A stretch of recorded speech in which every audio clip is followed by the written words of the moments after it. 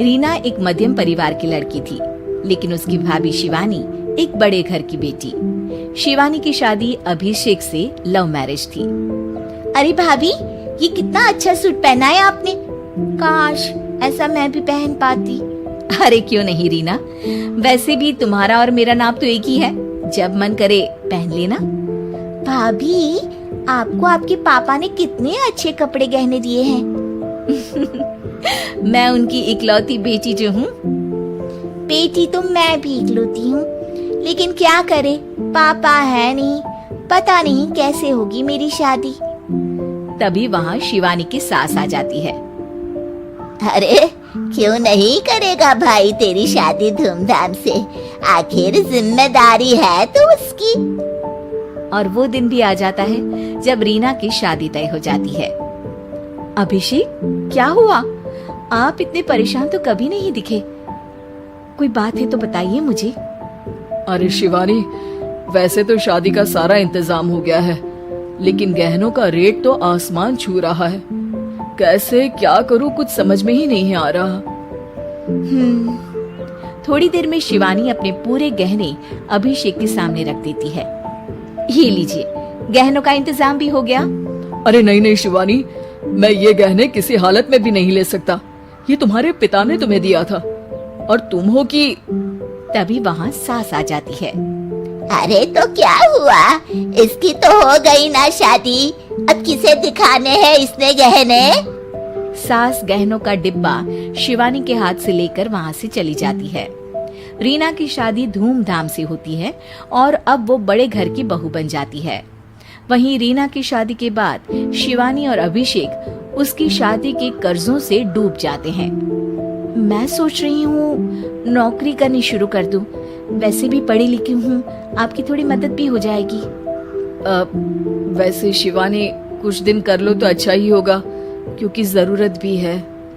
अब शिवानी भी नौकरी करने लगती है और घर खर्चे में अभिषेक का हाथ बटाती है।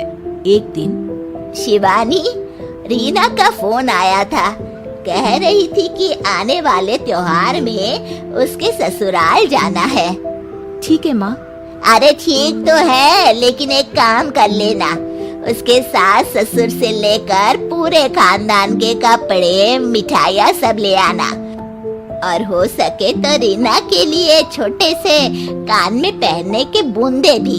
और क्या है ना, शादी में उसे सारी बड़ी बड़ी कान की ज्वेलरी दी थी, घर में पहनने के लिए तो उसके पास कुछ भी नहीं है।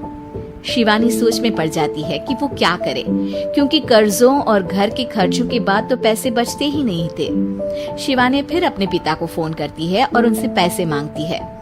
देखो शिवानी, मैंने तुम्हें शादी के वक्त ही मना किया था कि ऐसे घर में शादी करनी ही नहीं चाहिए। अरे अभिषेक को शर्म आनी चाहिए जो ससुराल से पैसे मंगवा रहा है। शिवानी को पिता की बात पर गुस्सा आ जाता है। आप मेरे पिताजी हैं और मैं परेशान थी, इसलिए आपसे मदद की उम्मीद की पापा। अभिषेक को तो पता भी नहीं है कि मैंने आपसे पैसे मांगे हैं। शिवानी सोचती है कि वो अभिषेक से बात करे, लेकिन फिर उसे लगता है कि वो टेंशन ले लेगा। तभी शिवानी की नजर हाथ के कंगन पर पड़ती है, सीधे बाजार जाती है और उसे बेचकर ननद के घर ले जाने का सारा सामान लेकर आती है और सास के सामने रख देती है। हाँ ठीक है, लेकिन फल थोड़े और अच्छी क्वालिटी के होने चाहिए थे। शिवानी कुछ नहीं कहती, वहाँ से चली जाती है। एक दिन शिवानी, रीना का फोन आया था, बहुत रो रही थी। क्यों माँ, क्या हुआ? सब ठीक तो है ना उसके ससुराल में? अरे तूने तो उसकी नाक ही कटवा दी। अब मैंने क्या कर दिया माँ? कह रही थी कि बड़े घर की बहू है भाभी, जो कपड़े दिए वो ब्रांडेड भी नहीं थे। तू तो जानती है ना उन लोगों का पहनावा कितना अच्छा है। तू तो मेरी बेटी का भला कभी सोचती नहीं। हाय भगवान, अरे बड़े घर की बहू है, इसी बात की जलन है ना तुझे? लेकिन याद रख, मेरी बेटी का सोचने के लिए भगवान है। तुम लोग कभी उसका बुरा नहीं कर पाओगे। अब शिवानी के मन में सवाल था कि क्या ईश्वर सिर्फ रीना के साथ है उसके साथ नहीं, लेकिन उसे सुकून था कि वो अभिषेक के साथ उसकी जिम्मेदारियों को निभाने में बराबरी की हकदार है। शिवानी वहां से चली जाती है। वो सास से कुछ नहीं कहती, क्योंकि अमीर घर की बहू बनकर रीना को भले ही सुकून ना हो, लेकिन गरीब घर की बहू बनकर शिवानी खुश है, क्योंकि खुशी पैसों से नहीं परिस्थितियों पर निर्भर करती है।